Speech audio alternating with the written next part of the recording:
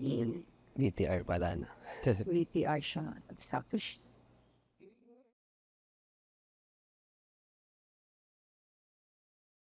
Siguro, masasabi kong naka-focus talaga ako sa ano. Naka-focus talaga ako sa pag-usad ng first one. Parang kada gabi po ata iniisip ko anong content yung kailangan may lalabas namin. Tapos sa personal ko naman na state of mind, gusto ko lang peace.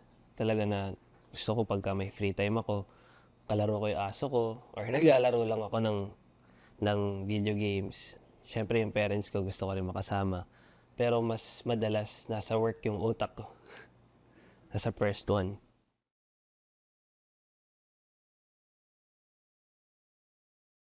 Yung buhay ni Joker, ni Russell, napakasimple lang po. Kasi isang anak lang din po ako ng magulang ko. So, yung focus na sa akin, syempre yung elementary ako, hindi ko pa nafe-feel yung mga pressure na anong kailangan mong matapos, ganito ganyan. So, masaya lang po, happy-go-lucky lang. Tapos doon ko na rin po na-discover na ano yung mga gusto ko. Doon ko, doon ko na figure out na, mahilig pala ako sa sayaw.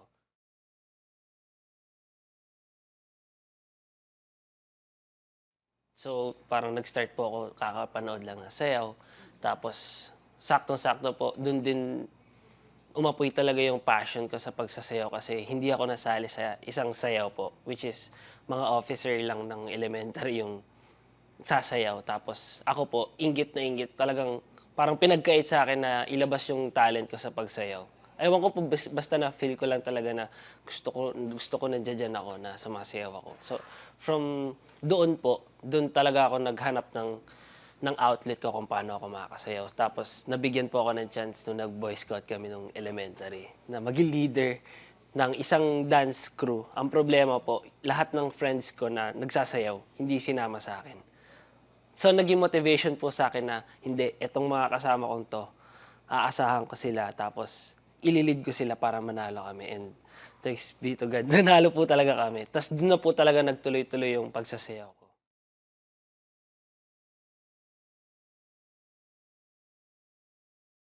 Napunta po ako ng drumline, nagtambol din po ako.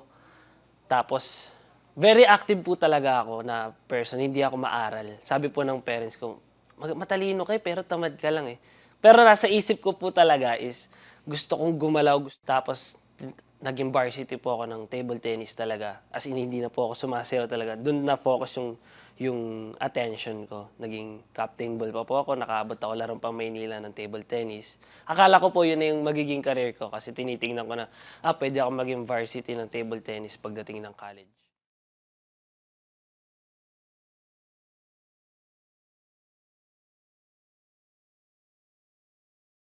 Si school po, kailangan ng magsasayaw para i-represent yung school sa ibang interschool po. Tapos parang pinatawag po lahat ng mga nakikita ng mga teacher kung sino yung may posibilidad na maging representative ng school. Tapos napili po ako doon. Tapos simula po doon, sabi ko, masaya pala talaga magsayaw. Parang dito na talaga ako. Simula po noon, nag-pursue na po talaga ako mag-dance. Doon na po pwede kong masabi na nagsimula ako maging professional dancer.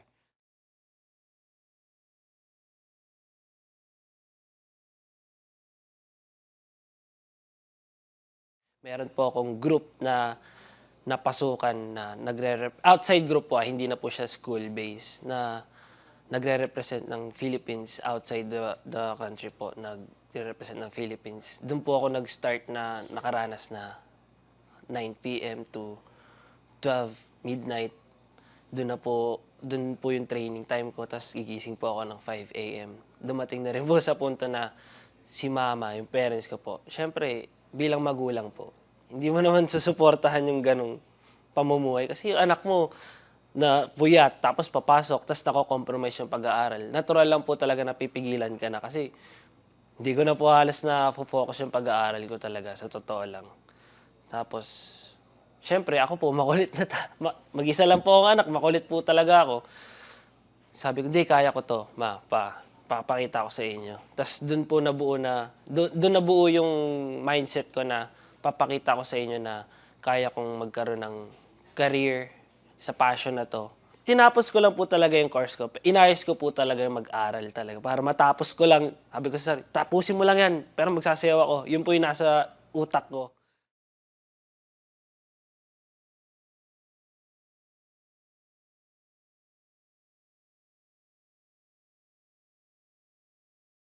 Dumating po na after ng college, isang gig na pumasok sa amin. Kasama ko na po sila Max, si Jay, si Alpha.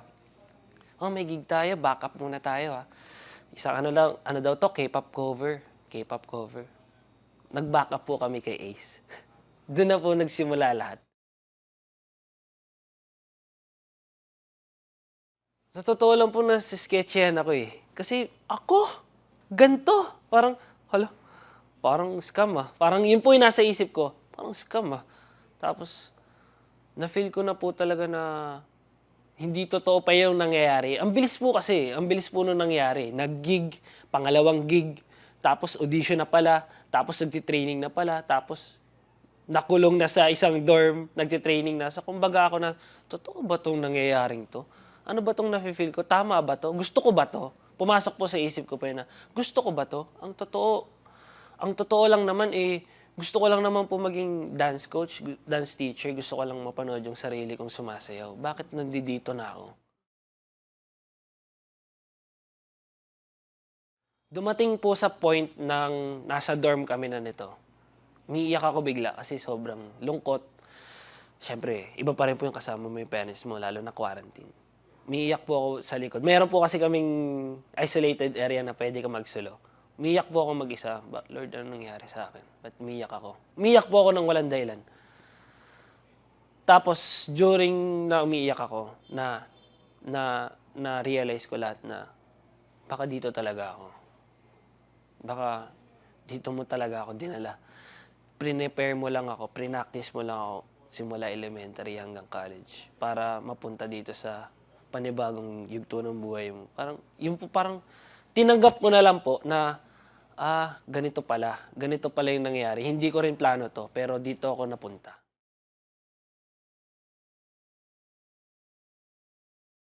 Pero yung hirap po na dinanas bilang P-pop artist, sa tingin ko po, isa po yun sa pinaka-challenge. As in, parang ito po ata yung pinaka-challenging para sa buhay, nabubuhay ako, simula nung 1 year old ako. Sa Philippines po, wala pang nag-P-pop talaga na dire-diretsong umaakyat, eh. So, lahat po ng hirap, lahat po ng bashing, lahat ng pagdududa, lahat ng katatawanan, pagdadaanan niyo po. Ganito pala yung feeling ng binabash. Ganito pala yung feeling na dinadown ka ng sarili mong kapwa mo, Pilipino. Parang yun pala yung feeling nun. Sobrang hirap kasi kailangan mo videoan yung sarili mo, gagawa ka ng script mo ng sarili mo, artist mo yung sarili mo, may make-up pa mo yung sarili mo, ipo-post edit mo yung sarili mo. Lahat po yun gagawin mo sa loob ng isang araw. At the same time, gagawin mo yun within week, months, years. Araw-araw mo pong gagawin yan and bawal ka mapagod kasi pag napagod ka, pagtatawanan ka nila na sabi sa inyo mag-fail tong mga to, eh. Nakakatawa lang kayo, eh. Ganun po kahirap siya hanggang ngayon.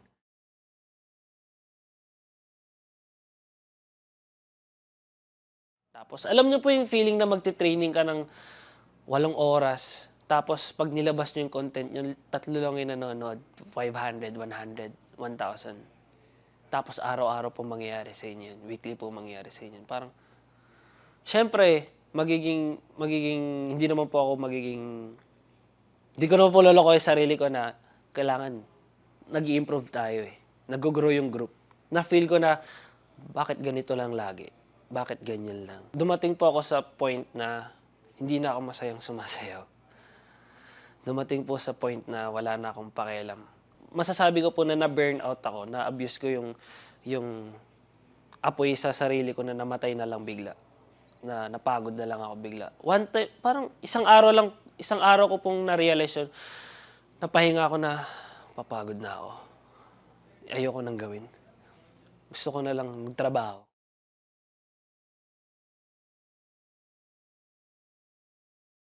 Tapos may pumasok po sa amin na tao na talagang, "Magaling kayo, eh, magaling kayo. Kailangan niyo lang mag-focus." So, napabalik po ako sa sarili ko. Focus ba talaga ako? Ano ba talaga gusto mo? Mag-views lang o yung passion mo talaga na noong sumasayaw ka na kahit sumayaw ka ng walang tao, masaya ka? Do'n po ako ulit na unti-unting nabalik. Parang, "Oh, ba't ako sumasayaw ba't ako nagpe-perform para sa views?" Eh, at unang-una pa lang, sumasayaw po ako simula elementary. Masaya lang ako. Masaya lang ako sumasayaw, careless. Wala akong pake kung may viewers ako o wala. Do'n ko po unti-unting binabalik, masaya masaya nga. Nagda-dance class ako ulit. Masarap sumayaw kahit walang pumapalakpak sa'kin, masarap lang siya. Do'n ko po siya unti-unting nabalik tapos naka-connect ko po sa kanila lahat na hindi lang pala ako yung gano'n.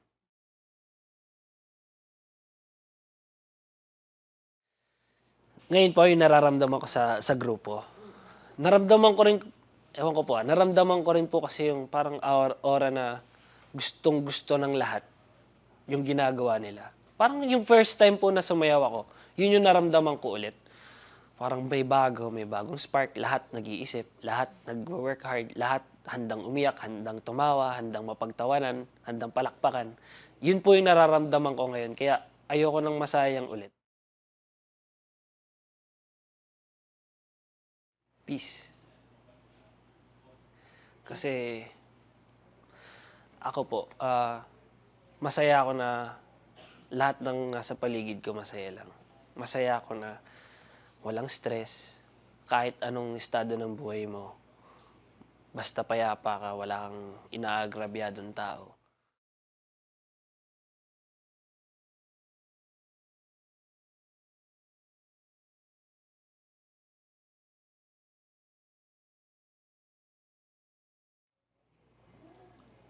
Lowest point, last year. Last year lang. Kasi may hindi ko alam kung puwede ko sabihin, pero meron po akong medical condition na nangyari sa mata ko. May part na black na lang. Bale last year lang siya nangyari. Parang, ano nangyayari sa akin? Hindi po siya buo, Kunwari ito po nakikita ko po, pero may part sa mukha mo po na madilim lang. Kunwari whole picture 100%, may 5% na parang madilim. Black shadow? Transparent po siya, eh. May nagsiswimming dito? Ano po, fix lang po siya. Parang dot na madilim. Gray area? Opo, parang gray area. Sabi po ng doktor ko, baka glaucoma dahil sa diabetes. Pero hindi. Hindi po ako diabetic.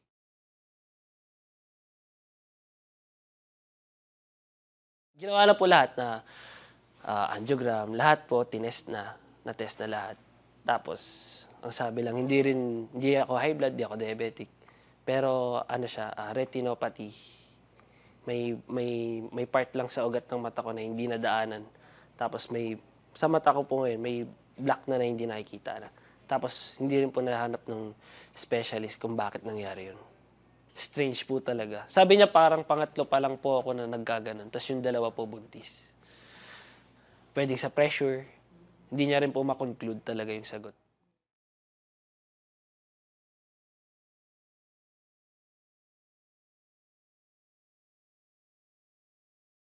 Dito ko rin po natutunan yung maraming bagay sa mata ko na acceptance talaga. Parang it is what it is na nangyayari sa'yo, sa life mo. Mag-fail man ako sa pagiging artist, nangyari na. Mangyayari talaga siya. Nangyari sa mata ko, eh. Sobrang, hindi naman ako salbahe sa katawan ko, lagi naman ako natutulog ng maayos. And yet, nangyari pa rin po sa mata ko. So, kumbaga, na-conclude ko po na kahit anong gawin mo, kung mangyayari siya, mangyayari siya. And kailangan mo ma-accept na lang talaga yun. Pero syempre, kailangan mo gawin yung best mo para hindi mangyari yung bagay na ayaw mo.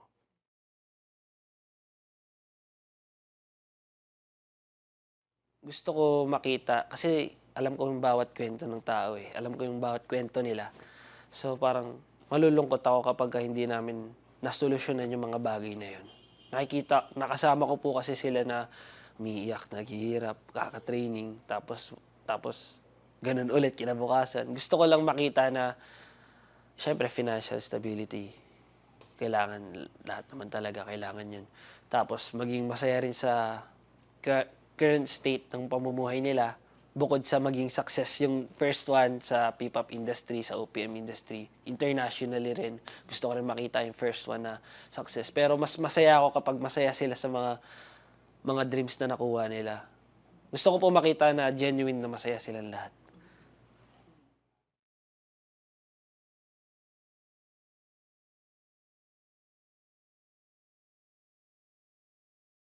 Siyempre, una na po dyan yung bahay para sa parents ko. Kasi may pressure sa akin na mag-isa ka lang. Mag-isa ka lang. So, pag nabigay ko sa kanila yung bahay, healthcare, lifestyle na naaayon sa kanila, and sa akin na rin, siguro okay na ako. Kahit hindi sobrang mahal, kahit hindi helicopter, aeroplano, may isama ko lang sila. Masama ko lang yung mga taong mahal ko sa buhay. Mabilihan ko lang sila. Mabili ko lang din yung para sa amin. Masaya-masaya na po ako. Bahay, pagkain, pang travel. Yun lang po. Simple lang.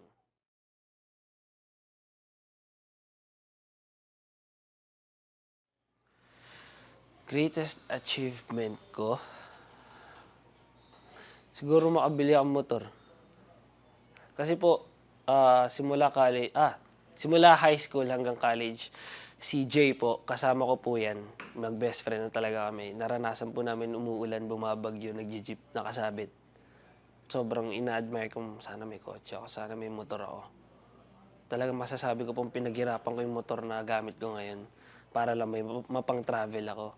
Kasi po naranasan ko talaga yung sa PNR, hindi ka makakalabas sa stasyon mo, dapat lalabasan mo na kasi sobrang siksikan na nauulanan ka pero wala kang magawa kasi wala ka naman pang travel eh. Siguro yun yung greatest achievement ko.